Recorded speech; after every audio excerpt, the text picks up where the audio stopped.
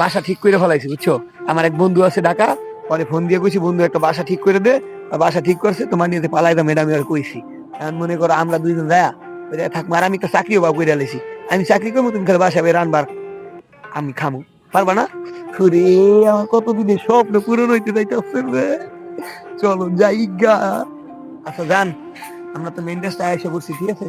হ্যাঁ। তুমি এই জায়গায় দাঁড়াও, আমি গাড়ি নিয়ে আহি। কতক্ষণ লাগবে আপনার আসতে? আরে সর্বোচ্চ 10 মিনিট। তুমি এই জায়গায় দাঁড়াও, এই দেয়ালে গেলাম দিয়ে দাঁড়াও, আমি এদিকে গাড়িটা নিয়ে আহি। আমার আর কিন্তু একা ব্যাগটা একা আমার কাছে দাও। তুমি একা অনেক একা কিন্তু আমার ভয় লাগে। না শোনা, আমি তো কেউ যাবো যদি আর আমার দেখতে হলায়। ঠিক আছে? তুমি এখানে দাঁড়াও, আর ব্যাগটা আমার কাছে দাও।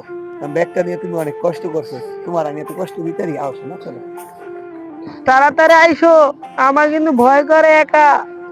যাই। তুমি থাকো এই জায়গা, আমি আইতাছি তাড়াতাড়ি। শালা এতদিনের স্বপ্ন আমার পূরণ হয়েছে আজকে। মেম্বারের মাইয়া, শালা। তুমি থাকো জানো ওই জায়গায় বসিয়া, আমার এতদিনের স্বপ্ন পূরণ হয়েছে। ওরে বাবা রে, সোনা গয়না টাকা পয়সা আমি বড় লোক হয়ে যাবো।